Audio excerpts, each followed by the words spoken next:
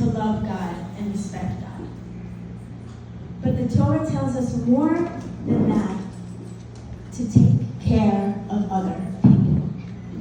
So more than it tells us to love God, it tells us to love our fellow man. It tells us that our obligation is to take care of each other all the time. And there are parameters, and there are ways to do it, and we're supposed to do it for children that don't have parents, and for brides that lose their husbands, and every single thing, every way that we can help each other is told to us. In our October 8th world, we had somebody who told us exactly how to do it. I got a phone call that first week from Phyllis Sanders, who said that she read something that 14 ambulances were destroyed on October 7th. And can we please buy one? Can we please donate the money for an ambulance? And she put the first check in my hand.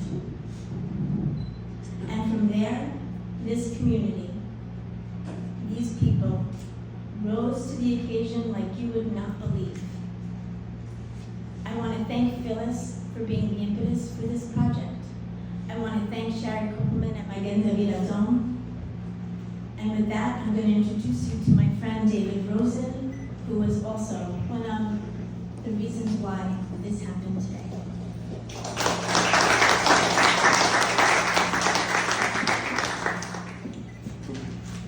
Good morning, everybody, and welcome. As Moji said, I'm David Rosen, and I am a proud long-term board member and supporter of the Holocaust Memorial and Tolerance Center of Nassau County. And it is my privilege to introduce to you our guest speaker, former Israeli ambassador to the United Nations, Gilad Erdan. Shortly after the horrific attacks of October 7th, the deadliest single day for the Jewish people since the Holocaust, we as an organization wanted to help. We were thrilled that our community could come together and raise more than $160,000 for a state-of-the-art ambulance. This was a testament to the unwavering support and commitment of our community to help the people of Israel. That ambulance was ordered about 9 months ago, was built in Poland, and is now en route to Israel, and will proudly wear our name and logo on it. Mr. Erdan was a member of the Knesset for 17 years and held many ministerial positions during that time before being appointed to a 4-year term as Israel's ambassador to the United Nations, which ended a few months ago. And during that time, he was a fearless protector of Israel and never hesitated to call out our enemies or the UN body for its blatant anti-Semitism and disdain for Israel. He has been a leading voice for the victims of October 7th and for Israel's right for self-defense. He helped pass a resolution against Holocaust denial, marking only the second time an Israeli-led resolution was approved. He also served as Vice President of the General Assembly.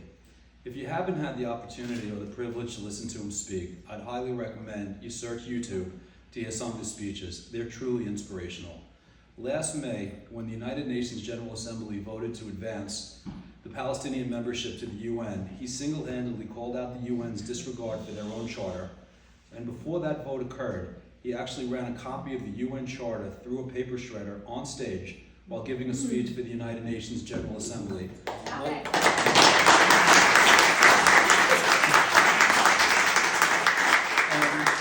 And during that speech and many others, he refers to the Holocaust, World War II, Hitler, and uses the words all the time that we shall never forget.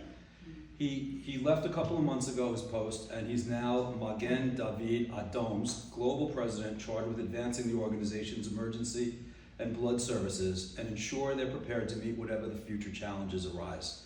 It's truly an honor to welcome you to our Holocaust Memorial and Tolerance Center, and we all thank you for everything you've done and everything we know you'll continue to do in the future. Ladies and gentlemen,